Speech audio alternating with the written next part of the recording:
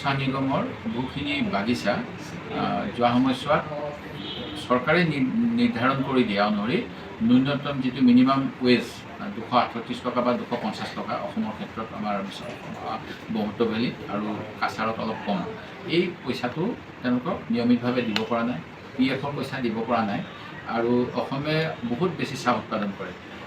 এতিয়া ব্যক্তিগত মালিকবিলাকৰ কোম্পানীবিলাকত 20% bonus, PF আৰু অন্যান্য যিবিলাক দিব লাগে সা সুবিধা দি আছে।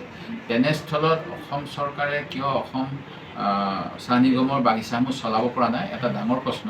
ইতিমধ্যে ইয়াৰ যিজন চেয়াৰমেন প্ৰাক্তন বিধায়ক ৰাজদীপ গোৱালাই পদত্যাগ কৰিছে, যিহেতু তেখেতক যেনেধৰণে কোৱা হৈছিল যে বাগিচাৰ কামখিনি কৰা হ'ব, সেইখিনি নিশ্চয় কৰা নাই। আৰু এতিয়া সুপ্ৰিম কোৰ্টে অসম চৰকাৰে যিহেতু ক'লে যে আমাৰ হাতত কোনো উপায় নাই শ্ৰমিকৰ প্ৰাপ্য মজুৰি দিবলৈ, তেনেস্থলত এতিয়া বাগিচা বিক্ৰী কৰি হ'লেও মজুৰি আদায় দিবলৈ কৈছে।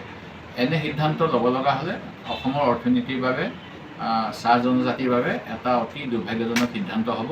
কাৰণ তেওঁলোকৰ তেতিয়া যি উৎপাদনশীলতা এইখিনি কৰিবলৈ বাগান নাথাকিব, বাগান বিক্ৰী হৈ গ'লে কিজানি অন্য কামো হ'ব পাৰে তাত। আৰু অসম চৰকাৰৰ প্ৰাথমিক দায়িত্ব আছিল যে তেওঁলোকে যেনেধৰণে অৰুণোদয় দিয়ে, যেনেধৰণে অসম আত্মনিৰ্ভৰ অসম দিছে, এইবিলাকত যেনেকৈ উৎপাদনশীলতা হ'ব বুলি এটা জাষ্টিফিকেশ্যন দিছে, ঠিক তেনেকৈ চাহ বাগিচাসমূহ যদি কৰ্মক্ষম হৈ উঠে, কাৰ্যক্ষম, অসমৰ অৰ্থনীতি ভাল হ'ব বুলি জাষ্টিফিকেশ্যন দি অসম চৰকাৰে নিজাববীয়াকৈ পুঁজি যোগান ধৰিব লাগিছিল। এই কামটো নকৰি পেলাই তেখেতসকলে অসমৰ অৰ্থনীতি, অসমৰ চাহ জনজাতিসকলক অন্যায় কৰিছে। ইয়াক মই পুনৰ বিবেচনা কৰিবলৈ আহ্বান জনাইছোঁ। আজি বাতৰি কাকতত ওলাইছে মুখ্যমন্ত্ৰীয়ে বিভিন্ন ৰাজ্যৰ নিৰ্বাচনী প্ৰচাৰত ব্যস্ত থকাৰ বাবে দিছপুৰখন অচল হৈ পৰিছে।